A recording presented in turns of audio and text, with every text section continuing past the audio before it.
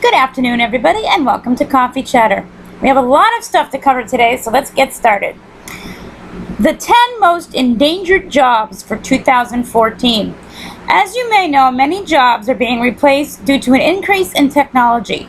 Here are the top 10 jobs that are in danger this year. So if you fit into one of these categories or are considering to go into one of these categories, you may want to consider a career change. Coming in at number 10 are tax examiners and tax collectors.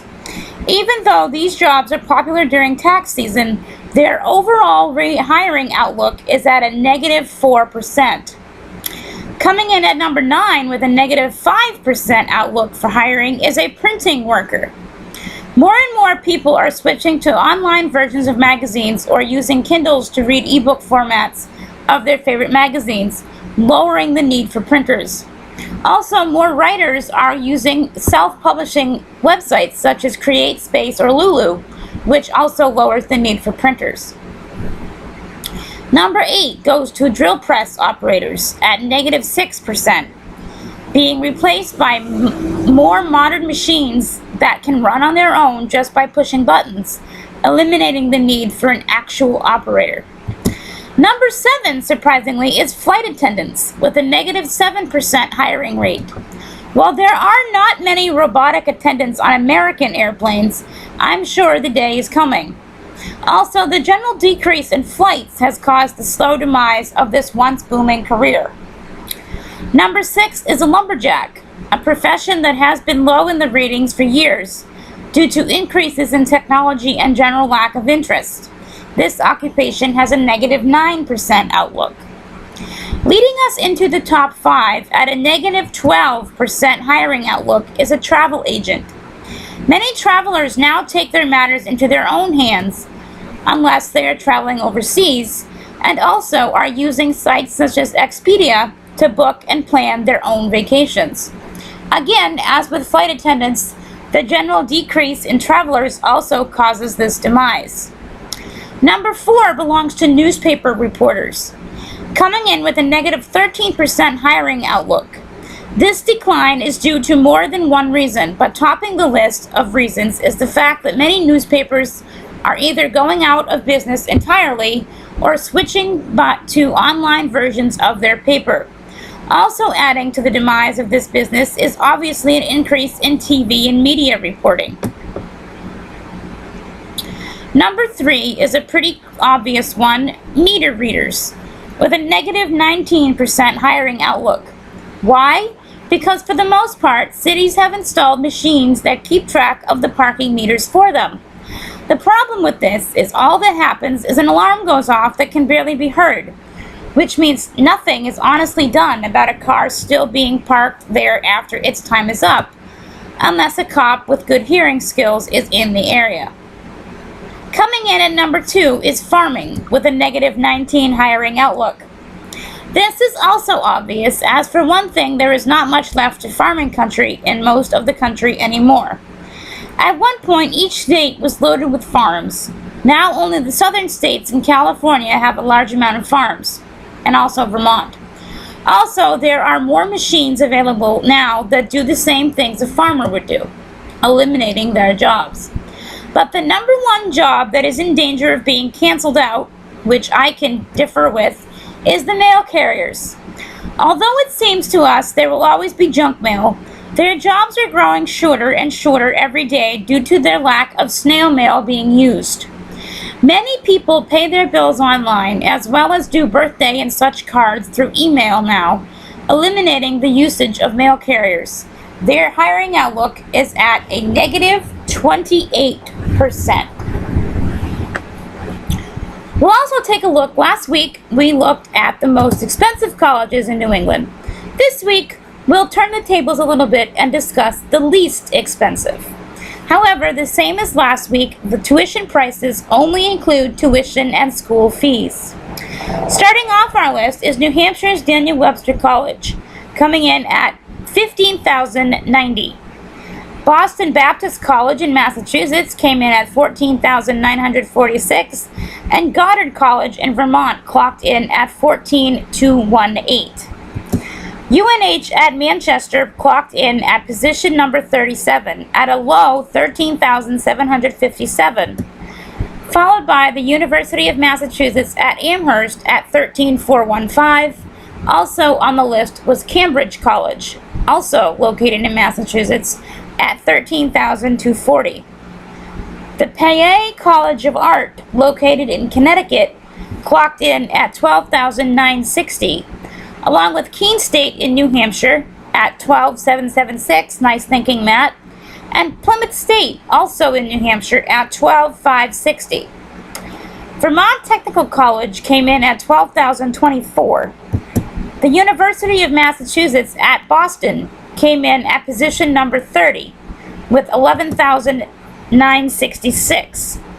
Leading us into the 20s is Mount Washington College, or what's left of them, which was formerly known as Hesser College, at 11,964. UMass Lowell came in at 11,647, and UMass Dartmouth at 581, excuse me. The University of Connecticut came in at 11,242, with the Massachusetts College of Art and Design following at 10,400, and a two-way tie between the University of Phoenix Boston campus and the University of Phoenix Fairfield, Connecticut campus at the same total of 10,240. Holy Apostles College in Connecticut came in at position number 22 with a total of 10,080.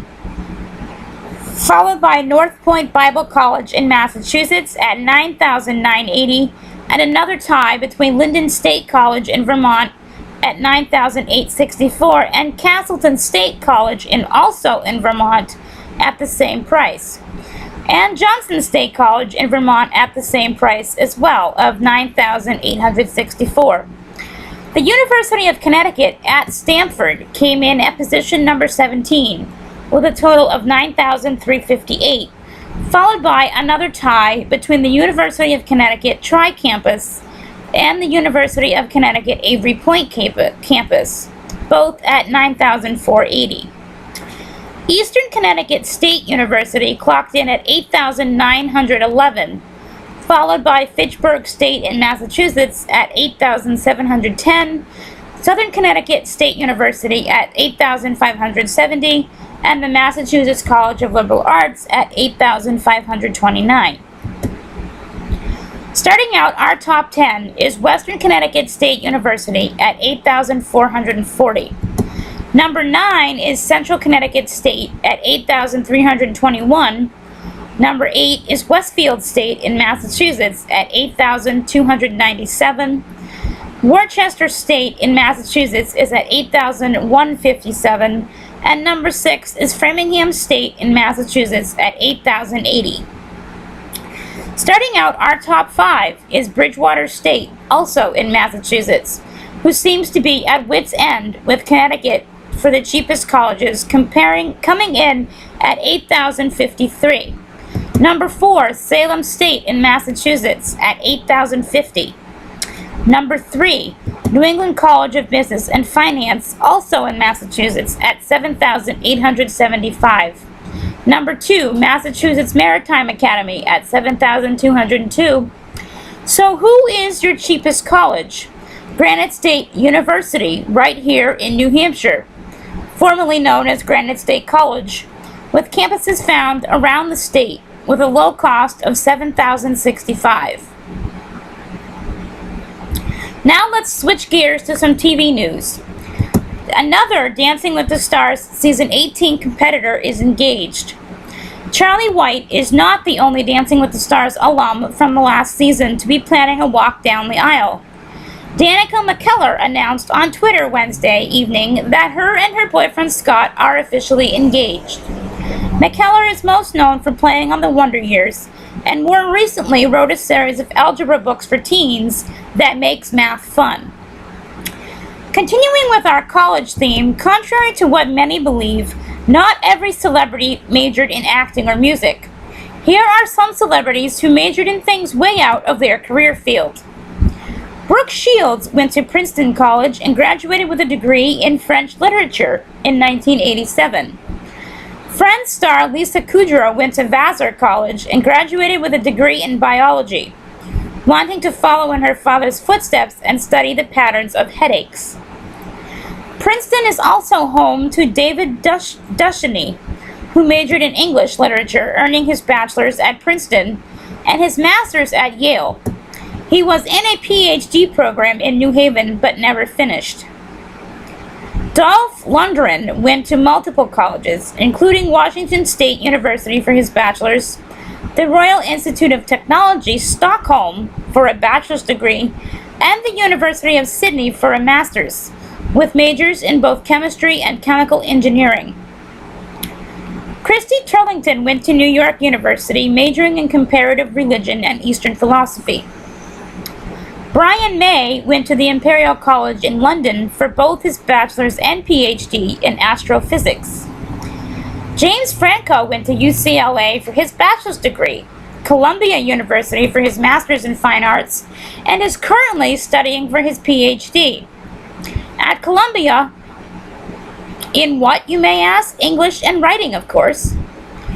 Hill Harper went to Brown University to study acting, receiving a bachelor's degree, and then went on to study law and public administration at Harvard, earning his JD and MPA.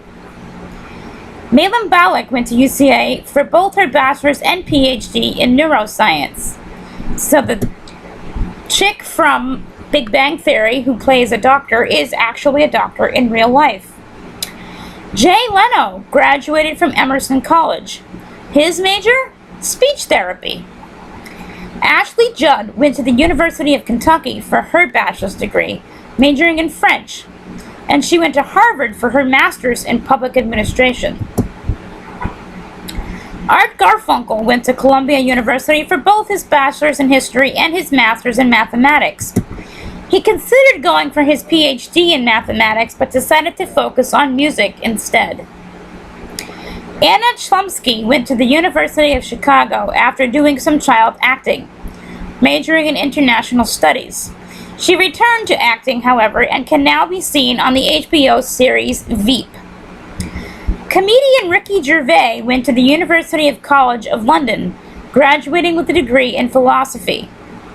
Natalie Portman actually managed to balance acting while attending Harvard, studying psychology. Actor Edward Norton graduated from Yale University with a degree in history, of all majors to choose from. Comedian and talk show host Conan O'Brien graduated from Harvard as well, with a double major in history and literature. Ken Jeong, best known for his role in the Hangover movies, actually graduated from Duke University with his bachelor's in zoology and the University of North Carolina at Chapel Hill for his MD, specializing in internal medicine. It was during his residency years that he got the comedy bug and continues to perform when he is not on active duty. Actor and Monty Python co-founder John Cleese attended Cambridge University, majoring in law. Coldplay musician Chris Martin went to the University College of London, majoring in ancient world studies. Did you really think we'd get through this segment without mentioning the Reg? Regis Philbin went to the University of Notre Dame, go Fighting Irish, way back in 1953, with a degree in sociology. He still supports his school's football team to this day. Movie director Sacha Baron Cohen took his education at Cambridge University very seriously. He majored in history, which definitely heightened his ability to direct movies such as Bruno. Last on the list is the newly engaged Dancing with the Stars alum Danica McKellar, who went to school at UCLA studying what else? Mathematics. Staying right here in New Hampshire for our cold case section. For a case that happened in 1985, the body of Ava Morse, age 27, was discovered in West Unity, New Hampshire on April 25, 1986. Morse was last seen on the morning of July 10, 1985, hitchhiking on Route 12 in North Charlestown, New Hampshire. The medical examiner has determined that Ava was stabbed to death. Any information, you are asked to contact the New Hampshire Cold Case Unit at their tip line on their website, which is very easy to find. You just go to Google and you type in New Hampshire Cold Case Unit and it'll pop up. Movie reviews: The Age of Innocence. This movie, I'll flat out say, bored me to death within the first half hour, so I pulled it out. But summarizing what the back of the DVD case says, the story involves three wealthy New Yorkers caught in a tragic love triangle. It is about the grandeur and hypocrisy of the high society in the 1870s. It does have some opera-like scenes in it, almost making one think it is a musical. It stars Daniel Day-Lewis, Michelle Pfeiffer, and Winona Ryder. Martin Scorsese directed it. I gave it a D just by the 30 minutes I watched, but maybe someone else out there likes it. TV show reviews: Ghost Lab. Ghost Lab is a Discovery Channel show that streams on Netflix.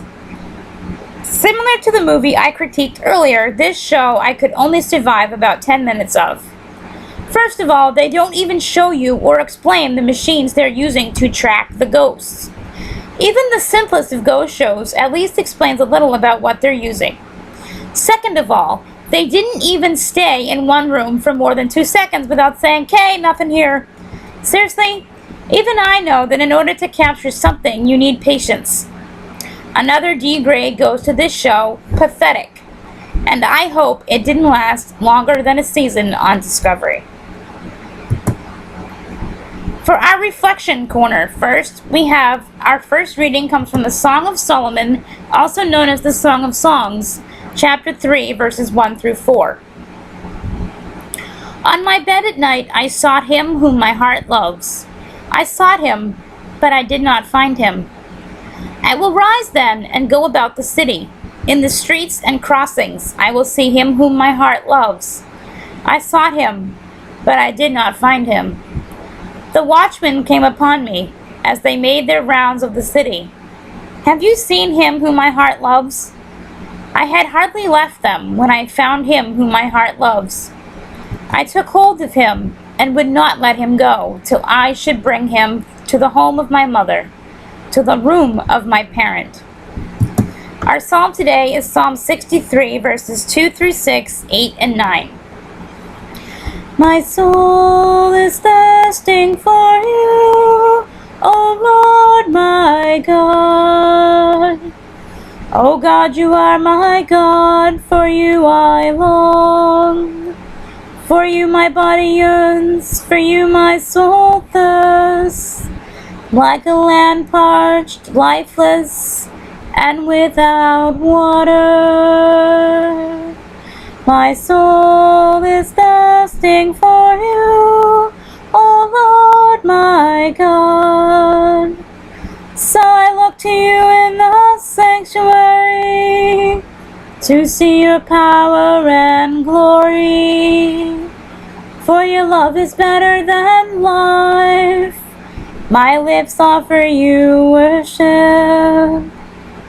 My soul is thirsting for you, O Lord my God. I will bless you as long as I live. I will lift up my hands, calling out your name. My soul is thirsting for you, O Lord my God. My soul shall savor the rich banquet of praise. With joyous lips my mouth shall honor you. My soul is thirsting for you, O Lord my God. That you indeed are my help, and in the shadow of your wings I shout for joy. My soul clings fast to you, your right hand upholds me. My soul is thirsting for you, O Lord my God. And our gospel today is from John 20, verses 1, 2, and 11 through 18. On the first day of the week, Mary of Magdala came to the tomb early in the morning, while it was still dark, and saw the stone removed from the tomb. So she ran and went to Simon Peter and to the other disciple whom Jesus loved, and told them, "They have taken the Lord from the tomb, and we don't know where they put him." But Mary stayed outside the tomb weeping. And as she wept, she bent over into the tomb and saw two angels in white sitting there, one at the head and one at the feet, where the body of Jesus had been. And they said to her, "Woman, why are you weeping?" She said to them, "They have taken my Lord, and I don't know where they laid him." When she had said this, she turned around and saw Jesus there, but did not know it was Jesus. Jesus said to her, "Woman, why are you weeping? Whom are you looking for?" She thought it was the gardener, and said to him, "Sir, if you carried him away, tell me where you laid him, and I will take him." Jesus said to her, "Mary." She turned and said to him in Hebrew, "Rabboni," which means teacher. Jesus said to her, "Stop holding on to me, for I have yet to ascended to the Father.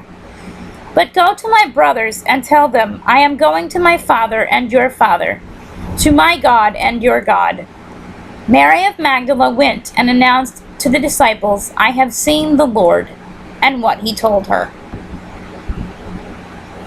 Those of you who follow the gospel readings are probably saying to yourself, "It's not Easter. Why are we reading an Easter gospel?" The answer is because today is the feast of St. Mary Magdalene. All of the readings capture the story of Mary Magdalene's conversion. You can see her changing heart in the first reading, where she seems to be looking for love in all the wrong places, and then at the last minute discovers her true love and realizes her mistakes. In the psalm, she echoes the words of every true Christian, that her heart is longing for God and wondering when it will be back home again, where it belongs. Then, in the Gospel, we hear the most popular story about Mary Magdalene, when she went to visit Jesus in the tomb and discovered him gone. There are many different stories about Mary Magdalene, but we can all relate to her in some way. Some say she was a prostitute. Other critics, who seem to think they have degrees in theology and were alive in the biblical times, claim that she and Jesus were married. We'll learn more about her in the Saints segment, but what we do know and can take to heart is that she was lost spiritually and still was saved by Jesus and was able to turn her life around. She is proof that even the worst sin can be wiped away by Jesus, and even the hardest of hearts can be softened to allow Jesus inside. Where are you in your faith? Are you a true follower of Jesus daily? Or are you wandering aimlessly, looking for Jesus' love in all the wrong places? As we work towards the close of this week, let us turn to Jesus and ask him to guide us to a better spiritual mindset, focused on him. Our first saint, we'll save the best for last, just as we did last week. Our first saint is St. John Lloyd. John Lloyd is just one of the 40 martyrs from England and Wales that became a saint. I am sure we will discover the others as the show goes along. John Lloyd called Brecon, Wales his home. Around 1630, John Lloyd was born in South Wales. Drawn to the priesthood as a young man, John left his home to enter the monastery at Valladolid, Spain. He was ordained in 1653, and the next year he returned to his homeland as a missionary. For the next 2 decades, John served his fellow Welsh Catholics. During that time, Catholics in England and Wales faced persecution for their faith under several Protestant governments. The intensity of the attacks increased in 1678, when false rumors were spread about a Catholic plot to massacre members of Parliament. John was targeted for arrest, with a bounty placed on his head, but his loyal parishioners refused to reveal that he was secretly celebrating Mass, which was a crime at the time. John was arrested in November of 1678 and brought to Cardiff, the capital of Wales. His trial began the following May, but the authorities became frustrated by their inability to find witnesses to accuse him. Eventually, as a last resort, the authorities bribed two poor women to testify against John. The women falsely stated that they had attended one of his masses, and John was subsequently convicted and sentenced to hang. On the execution day, John cited the words of Jesus, "Blessed are they who are persecuted for the sake of righteousness, for theirs is the kingdom of heaven," from Matthew 5, verse 10. John was beatified in 1929 and then canonized in 1970 by Pope Paul IX as one of the 40 martyrs of England and Wales. John's execution was a result of extreme religious intolerance. Unfortunately, many Christians today continue to face persecution from non-Christian governments, such as in the Sudan. One victim of Islamic persecution is Abuk Ajing. When Abuk was 14 years old, Islamic soldiers attacked her village. Her friends and relatives were able to flee, but Abuk could not escape. The soldiers demanded that she renounce her Christian faith and embrace Islam. When Abuk refused, they tortured her. She still suffers from that brutal attack. She is in constant physical pain, especially in her back. She is also emotionally scarred forever. Like John Lloyd, Abuk remained steadfast in her beliefs, despite the torture. Tragically, other Sudanese Christians have faced similar assaults. Abuk's story came to light through the Voice of Martyrs, a group that fights the persecution of Christians around the world.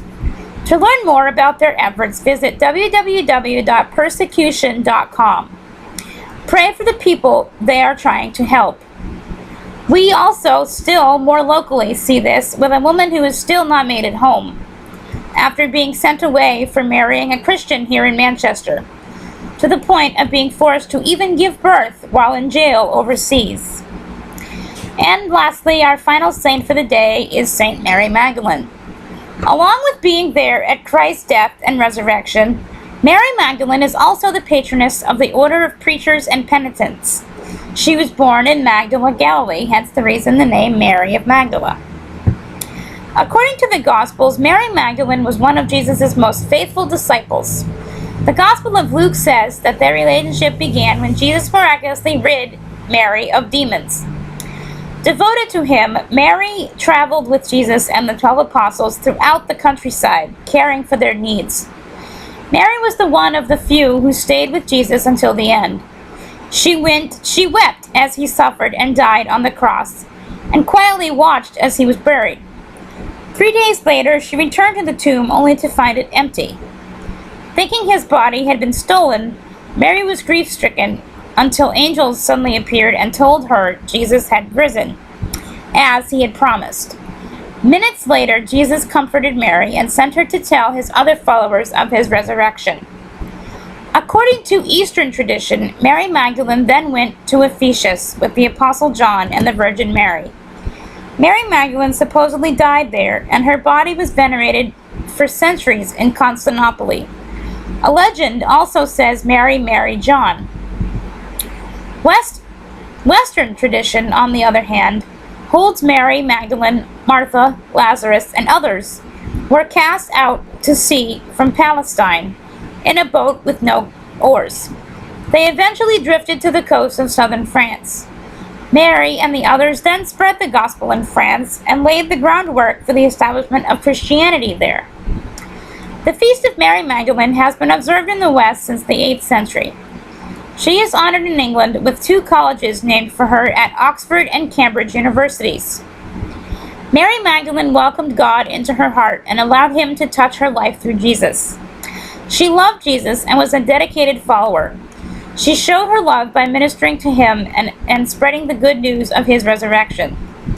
We too can show our love of God and live the way that Jesus taught us. We can follow the golden rule by loving one another and treating others the way we would like to be treated. Respect people. Do not lie, cheat, or gossip. Forgive those who have hurt you. Do not hold grudges. Have a positive attitude. Be patient and understanding, especially in difficult circumstances. Be generous, not only with your money, but also with your time, energy, and attention. Listen to your parents, spouse, and children. Stay in touch with family and friends who live far away. Allow others to show you kindness. Ask for help when you need it. Closing prayer for today.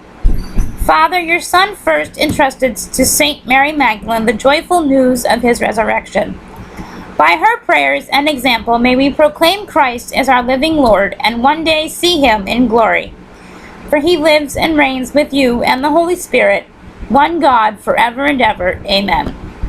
This week's Fan of the Week is once again Maurice Isabel, who answered this week's question correctly.